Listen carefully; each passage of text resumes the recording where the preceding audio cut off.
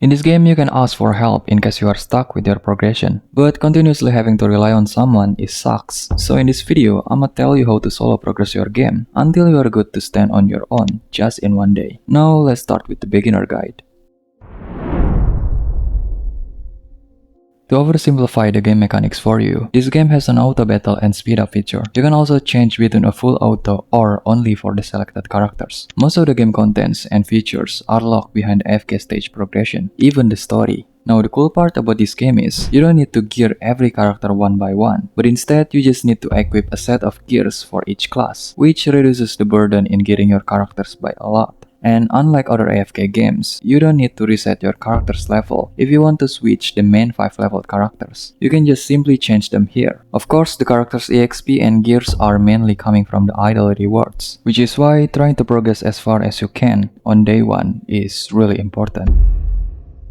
As a beginner, your first set of goals is to progress your game using your beginner characters until you unlock Lily. And if you're lucky to get Vala, Temesia or Brutus on your beginner pools, which I'll explain later, then you are good to go. But since I couldn't get any of them early, here I just continue to progress my game with whatever I have.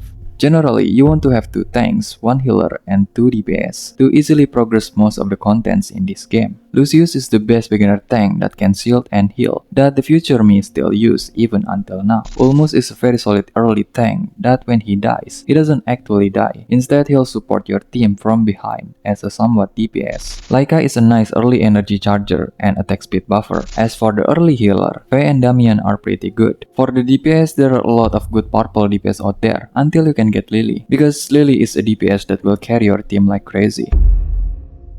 Lily is strong because aside from dealing high damage, she is also very agile, and the beginner team that I use can only carry me until AFK stage 55, before eventually I have to do some summons. Now I'm going into this game blind without seeing the tier list, so the characters that you see here are basically pure from my own experience. Vala is a very good DPS because he can mark one of the enemy's backliners and focus target them, which is really crucial in the AFK stage. Rowan is a very good energy charger that can heal. Temesia is a very good distraction tank to disrupt the enemy's formation. Brutus, if you can get him, is a very good tank that can stall, which is really good for the AFK stage. But if you don't have him, then you can use Lucius. After that, I focus my resources on trying to get Lily copies, and the end team that you want to achieve is more or less something like this. This team can carry me until AFK stage 99, before eventually I can no longer continue due to the XP limitation.